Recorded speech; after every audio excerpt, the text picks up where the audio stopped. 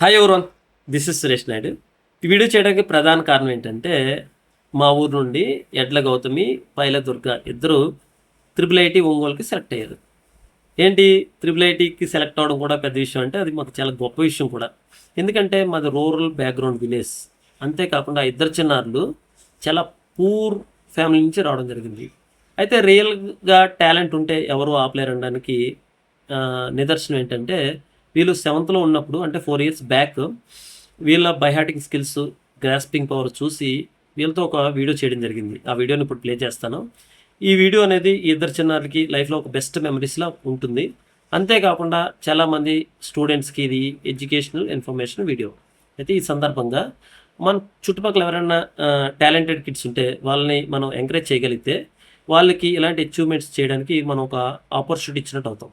అంతేకాకుండా ఈ సందర్భంగా ఈ చిన్నారులు ఇద్దరు IIITతో సాటిస్ఫై అయిపోకుండా మీరు లైఫ్లో ఏదైతే డ్రీమ్ చేశారో ఆ డ్రీమ్స్ ఫుల్ఫిల్ అవ్వాలని నా తరపున, తోటగురుపాలెం ప్రజలందరి తరపున మనస్ఫూర్తిగా కోరుకుంటూ థ్యాంక్ యూ సో మచ్.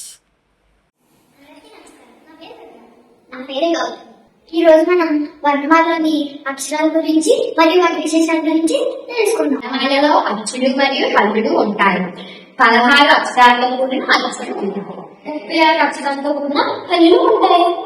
కా నుండి ఇండియా వరకు ఉన్న అక్షరాల సమూహాన్ని సవర్గమని, చా నుండి ఇని వరకు ఉన్న అక్షరాల సమూహాన్ని చవర్గమని, తా నుండి అన్న వరకు ఉన్న అక్షరాల సమూహాన్ని తవర్గమని, తా నుండి నా వరకు ఉన్న అక్షరాల సమూహాన్ని తావర్గమని, తా నుండి నా వరకు ఉన్న అక్షరాల సమూహాన్ని తావర్గమని అంటారు. అలాగా కఠినంగా పెరిగే అక్షరాలని వర్షాలు అంటారు. అవి అలాగా తేలికగా వాళ్ళకి అక్షరాలకి సరళాలు అంటారు. గ జ డ ద బ. అలాగా ఇప్పుడు చూడు, రుక్కుతో పలికే అక్షరాలని అనునాసికాలు అంటారు. అవి జ్ఞ, ఇని, అన, న, మ. ధన్యవాదాలు.